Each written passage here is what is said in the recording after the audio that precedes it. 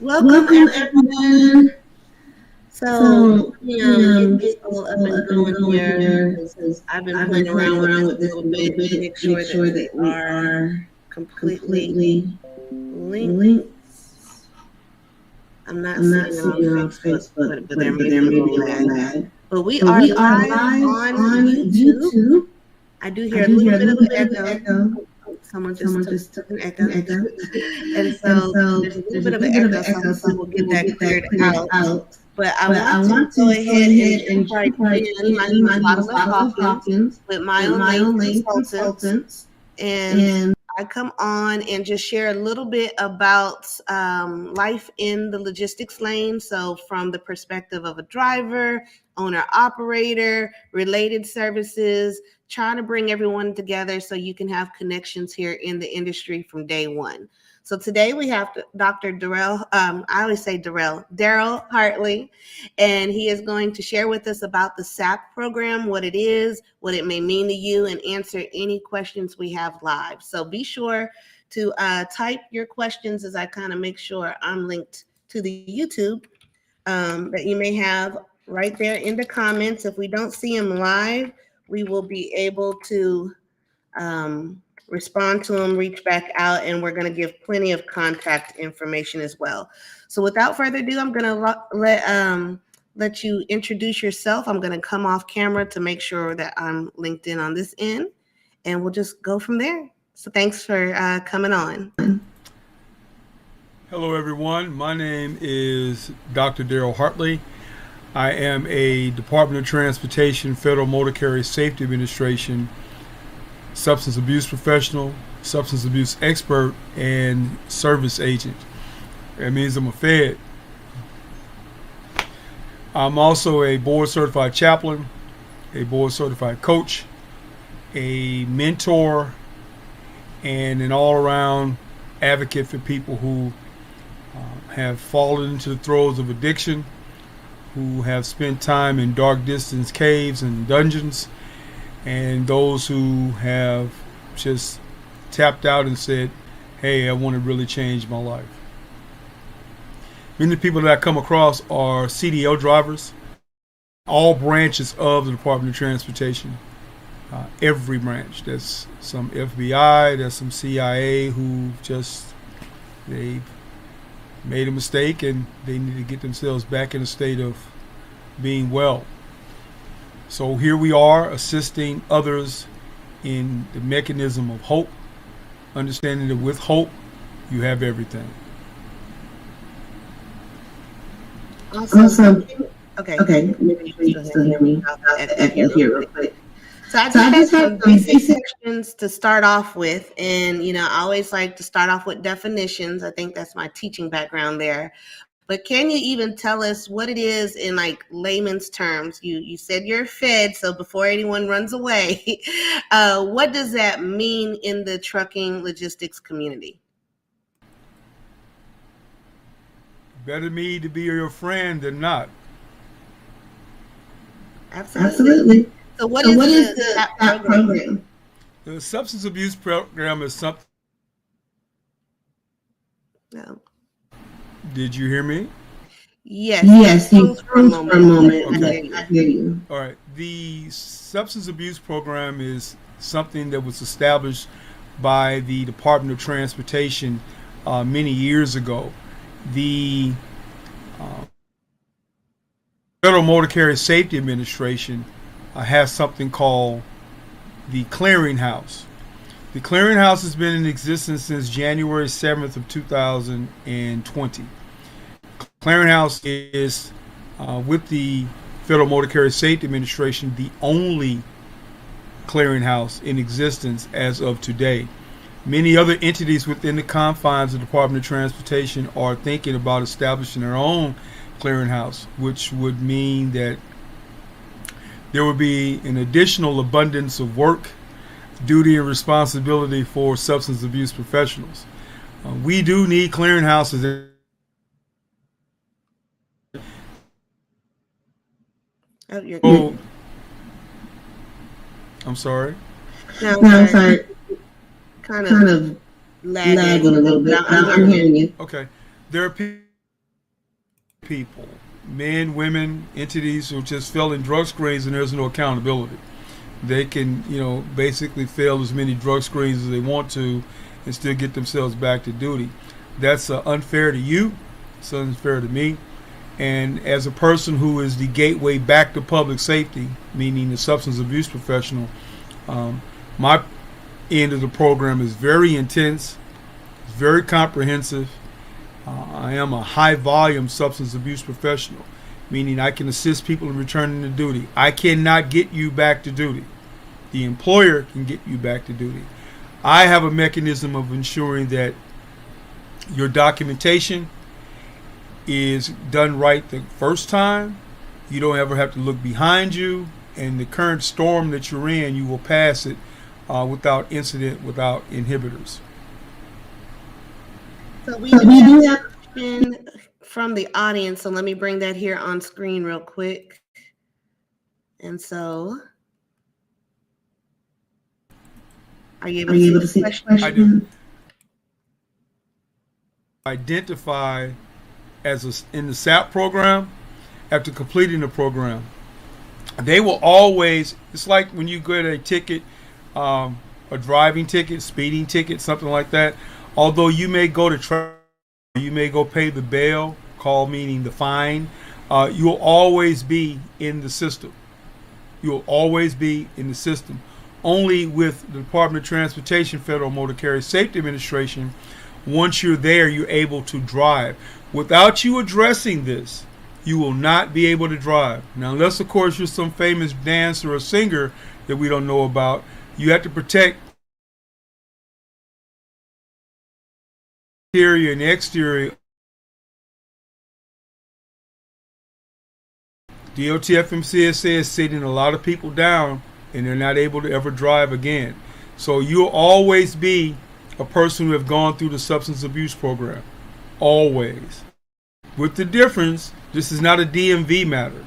This is a Department of Transportation, Federal Motor Carrier Safety Administration matter. Meaning, when the DMV suspended or revoked, that's exactly what that means.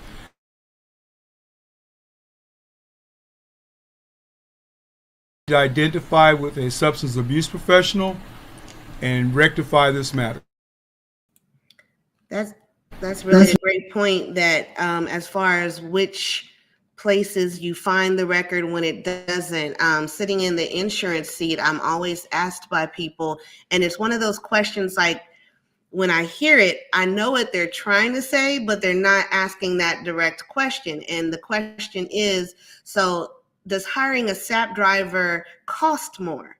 And I said, well, it kind of depends, because it's not the fact that they were in the program, but it was the fact of the violations and everything they may have incurred as a byproduct of kind of going through their challenges. Can you speak a little bit more about just the identifications of someone in the program, not in the program, and then talk about what intake looks like? So let's start with intake. So the process is, the person calls, person A, person Z, person M. They call. They said, hey, I failed a drug screen. Or they normally say something like this. They said I failed a drug screen or a drug test.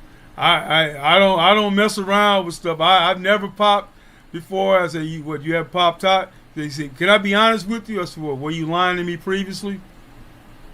So what we want to be able to do is identify exactly what the need is, because more times than not, drivers and employers, they're not really serious because someone wants to get back in the truck. That's dangerous, because it will kill someone, and the driver, and if the SAP doesn't do this properly, you know the first person they're going to call? The SAP. So the employee must go through the substance program, the intake and screening process. Intake and screening is all of your biographical information. your employer information, the date or month, date, and year that you popped hot. I like saying popped out because that's what happened. 98.6 degrees body temperature, you popped hot. I like to tell people that this is not a death sentence to you, unless, of course, you have 2 or more drugs in your system and you need to go to rehab. Because if you have one drug screen that you fail with one drug, that's one thing. If you have 2 or more, you're not ready for prime time. You need to go to rehab. You need to get yourself cleaned up, because marijuana, for example, stays in the system a minimum of 15 to 50 days. 15 to 50 days. Meanwhile, the employer is losing money because his driver cannot drive. So let's go back. And the screening.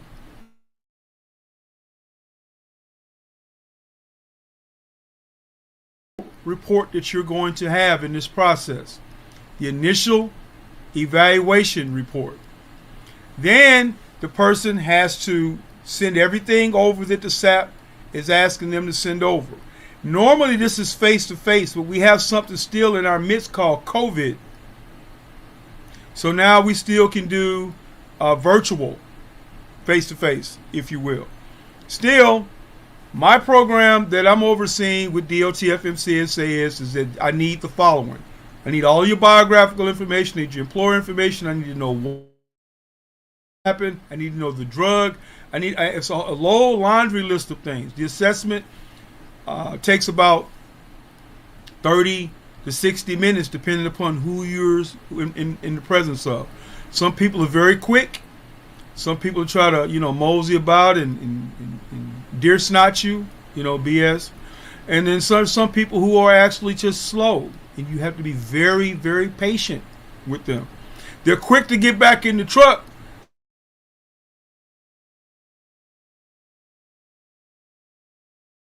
Counselor, you will be patient with them.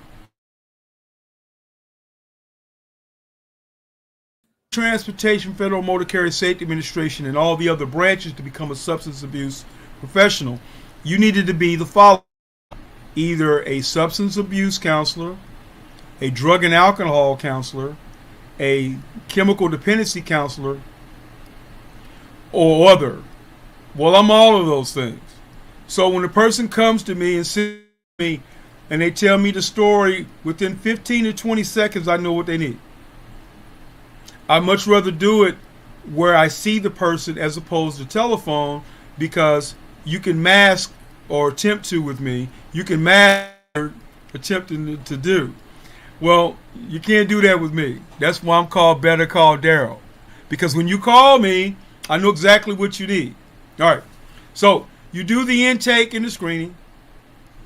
Then you have to send the substance abuse professional a request through the clearinghouse. What you do is there's a link to the clearinghouse.dot.fmcsa.gov. You have to register for the clearinghouse if you haven't already done so. If you already have, you have to send, it says send SAP request. When you send the SAP request, it has the person's name and their address, their credentials, and you'll know it's them. And you send them a SAP request.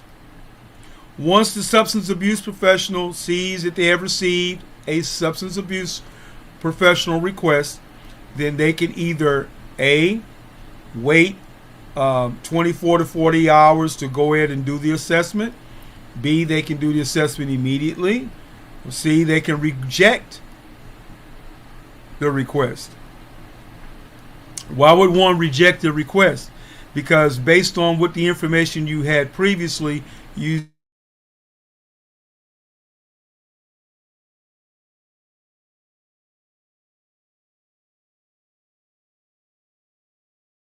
body.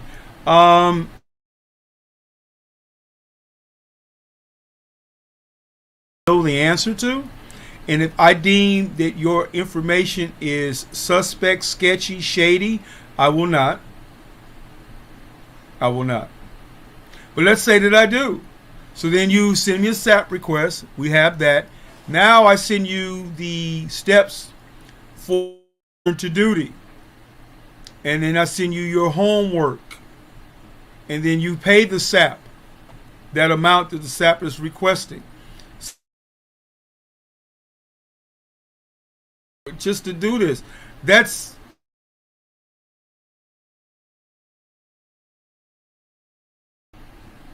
$1,500.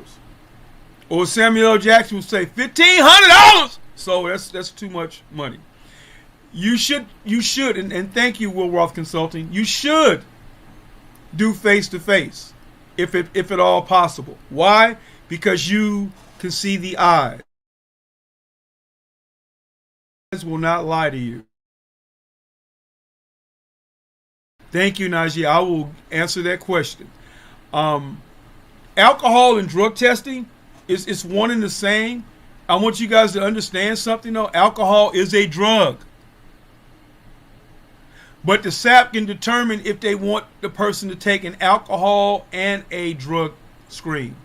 Sometimes they only take the drug screen. Sometimes they only take the screen. Sometimes it's deemed appropriate for them to take both. And now there are companies, corporations, authorities that want you to take a hair follicle,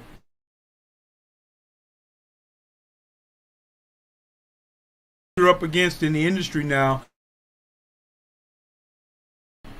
So person contacts the SAP, the screening, and taking screening is successful. They send a SAP request because there's steps for everybody involved. Once upon a time, the substance abuse professional used to do everything. My times have changed. My days of operation are Tuesday through Thursday. Tuesday through Thursday, 11:30 until 1 p.m. 11:30 until 1 p.m. If there is a Saturday or Sunday appointment, it has to be just that, a Saturday or Sunday appointment. And it has to be a confirmed one, not someone kicking the tires. Normally, at Thursday at 1 p.m., I am with my family or at some event or some conference, some symposium, some conference, some workshop until Tuesday at 11:30. I do that because I'll say this, and I say this with all sincerity. No one knows the mad men and mad women that I deal with on a daily basis. So that's why I minimized it from 7 days a week to 3. And during that time, I'm on the telephone with DOT FMCSA attempting to get people back to duty. It's a intense and comprehensive process, but I enjoy doing the work to let people know that I do care. There's an abundance of care and compassion involved here. Not just because I'm a counselor, because I'm an actual chaplain. I have enough to stand before God for. So, place me in this position.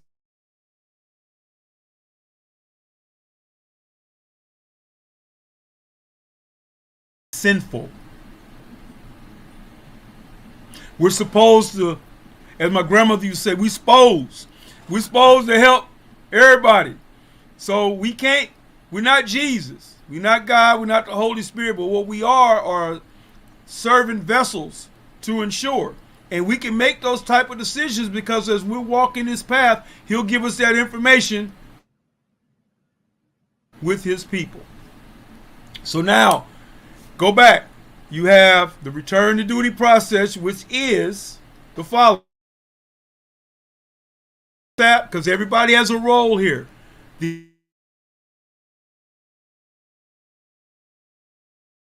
SAP has steps 2 through 4.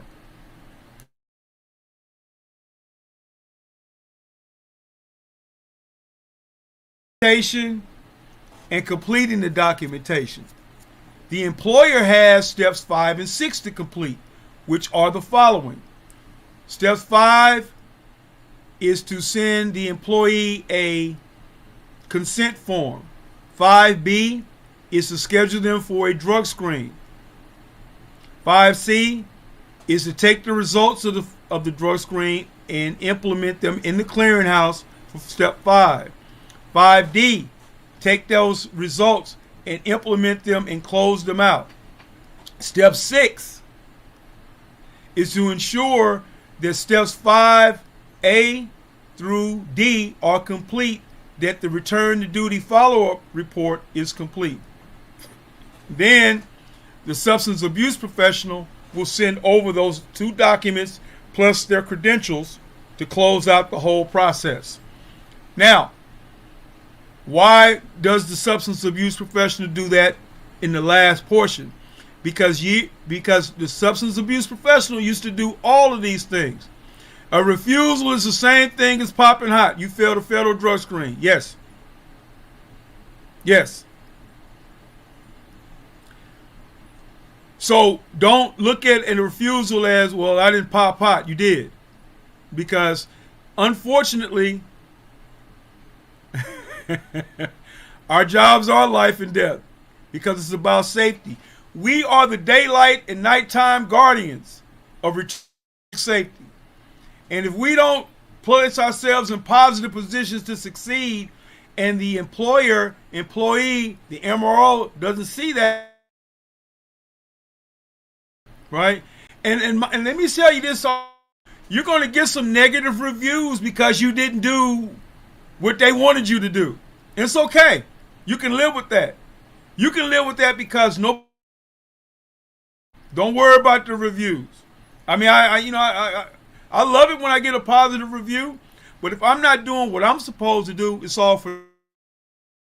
So, when we help people turn to duty, because as a substance abuse professional, we are counselors.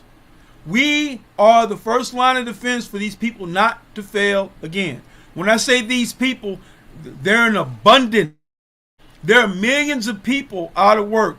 According to the statistics that I have, there are about 4.5 million people out of duty because of failed drug screens in safety sensitive positions. A minimum of over 4 million people. Why are they out of work? Because either they don't know what to do, they know what to do and won't do it, or they won't do anything at all. That's a lot of people. Now,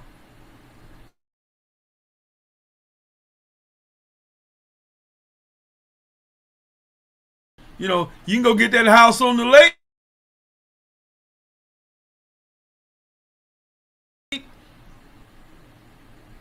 That old adage, game recognized game, people to see through you and they want to deal with you.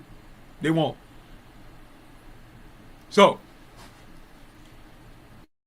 role here, from the time that the employee gets the information from the MRO or the DER or both to start the process.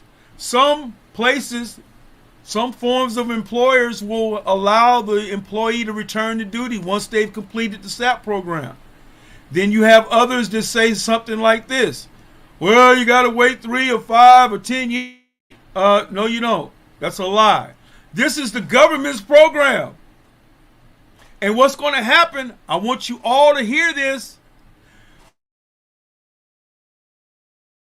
In line and be in compliance. They don't care what your insurance says. They don't care what your company protocol, procedures, guidelines are. You better fall in line because this is their program. Or you may be subject to an audit. And it's not the thing you've seen on television. This is real. Show of hands, anybody want to go through an audit? That's what I thought. So,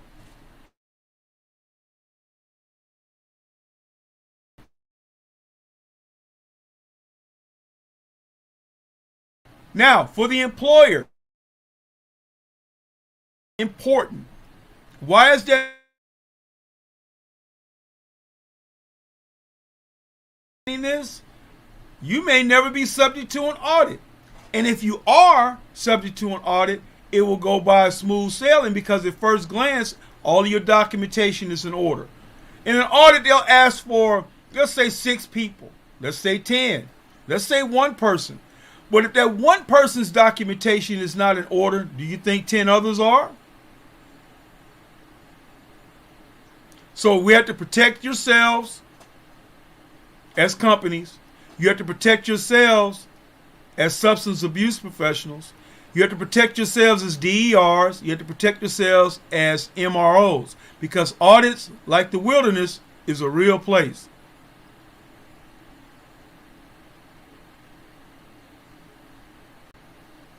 I don't want anyone to fail here, because do you think the IRS cares if you make a mistake and you're old? No, you're going to get fined or go be. I've heard this from unimpeachable sources. And until they show us differently, that's what they are.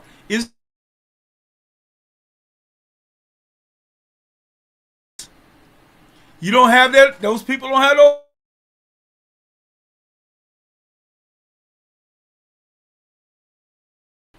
You ever been on the freeway?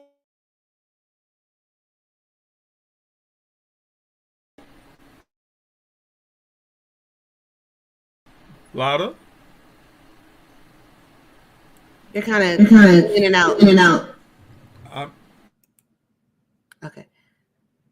I just wanted to make sure I gave everyone some time here. We've had a couple people watching and commenting, so I want to thank you guys for doing so. But if you had any other direct questions while we had him here to answer, I'm sorry, trying to make sure these other pop-ups. And so please ask your questions so we can have them addressed directly. But of course, as you've been seeing on the stream, you can follow up right here. I got that from your website. So you didn't mention the change of times available. So we're going to have to update that. And then the website itself is streaming here at the bottom. So you can reach out direct. Just kind of checking on some questions as we are coming up to our 30-minute mark. What are some takeaways here that you really want to make sure that everyone watching takes home? You find yourself in a friendship with the driver. The driver needs to be in compliance, because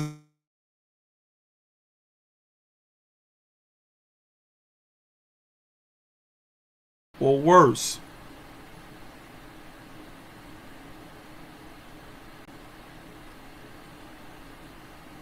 All right, I think you're coming out. Can you say it one more time for us? You are not the driver needs to be in compliance. Because if the driver's out of compliance, you're out of compliance. And if you're out of compliance, what will happen? You're subject to being sanctioned with the audit and other terrible things that go along with it. So stay in compliance. If you don't have a compliance officer, get one. If you don't have a SAP, get one. This is not the buddy program like the military. This is something that's serious. There are people's lives hanging in the balance. There are people's livelihoods hanging in the balance here. So we have to all do our jobs together. The employee, the substance abuse professional, the employer. One more thing. Do not blow up the SAP's telephone. The SAP is not an attorney. The SAP is the person that will give you the information that's required. We're not homies. We're not from the block. We're here to ensure that you return to duty properly, and that your employer remains in compliance. That's what we're here to do. Don't blow the phone up, because if you do, you may get an angry response from the SAP when he returns to duty the next week. I'm just saying. Vital, don't blow up that phone. I so get it. You want to make sure when your call, as he described, that you're ready to answer the questions. Schedule your intake with the serious intent to move forward from the incident, from the refusal, from whatever the situation was. As he said earlier, you start off somewhere, but let that be a start. Be prepared for those follow-up steps. He's going to have the patience with you, but you have to have the follow through in order to get through the program. I thank you so much for, again, your time, for being here. This will be shared with others. Make sure you're visiting the website. You have all his credentials there. He can show you if you do get lost on how to find the link on the clearinghouse. He shared that information during our interview here as well. And as you could just tell, he's just a very personable person. You will definitely make that connection. We've got the thank yous coming across as well. So make sure that you're reaching out and calling Darrell Hartley for more information on the return to duty, on what to happen and go back to work, and just be ready to do the work, really, of getting back in the system. So thank you again. And so we're going to go ahead and part out and share this. I just didn't want it to go over the 30 minutes because then it kind of gets lost in some of this other kind of stuff. So I want to share the accolades here as they're coming in. So great presentation. We had a couple of laughs right here. SAPs do not advocate for the employee nor the employer. So great gatekeepers. Thank you for sharing that. Thank you for coming on the invites.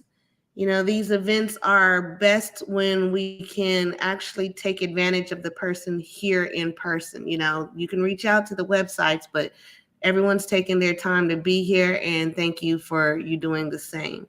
So without further ado, I'm going to go ahead and go into our look, I'm still trying to find all these buttons on here. This software here kind of hides things sometimes, but we're going to close out. Thank you. Make sure if you are watching this at a later time to still comment. We'll be able to still get the updates and then make those connections. You guys have a blessed and wonderful day. Thank you again, Dr. Hartley, for being, Dr. Hartley. I bounce around with the names for being here. See you next time. Blessings.